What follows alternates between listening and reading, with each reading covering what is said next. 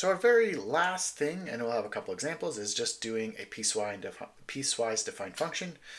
So a piecewise defined function is a function that is defined by different expressions or rules for different parts of its domain. So for instance, f of x could be x squared, it could be 2x plus 1, or it could be 5, depending on where it's located on its domain. So for everything x is less than 0, it's going to be an x squared. For between 0 and 3, including 0, it's going to be this line 2x plus 1. And then it's going to be a constant 5 when x is bigger than or equal to 3.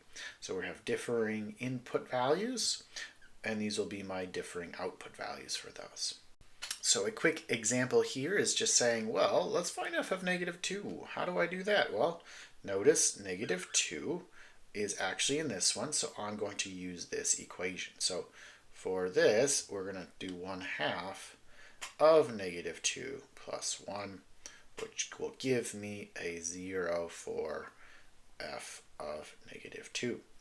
Now, if I want to do f of 1, where does it fit? So again, looking where 1 fits, well, 1 is between negative 2 and 2. So we're going to use this function right here. So I plug in that 1 value, so negative 1 minus 1 squared plus 3 will give us just 3 for that answer here.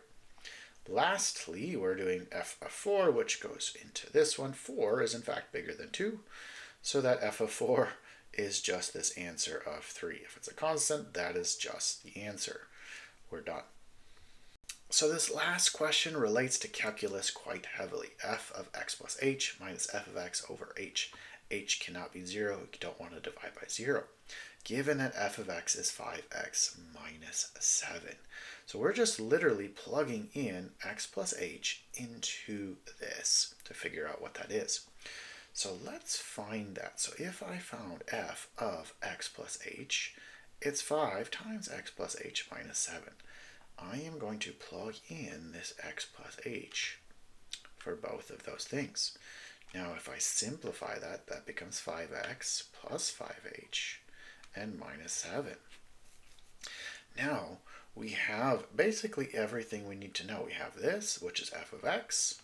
We're going to subtract that. And we have f of x plus h, which is right here. We're going to substitute that in. So substituting those values in, for f of x plus h, we get 5x plus 5h plus, minus 7. And then we're going to subtract this from our original f of x, and we're just going to put it all over lonely h. Again, all I did was say f of x plus h, which is this. I plugged it in, minus f of x, which was 5x minus 7, plug it in, and h stays the same. Now we simplify this, so the x's cancel out because 5x minus 5x, and then negative 7 minus a negative 7, they will cancel out as well, and we're just left with this 5h over h, which those will reduce, and we're just left with a final answer of 5.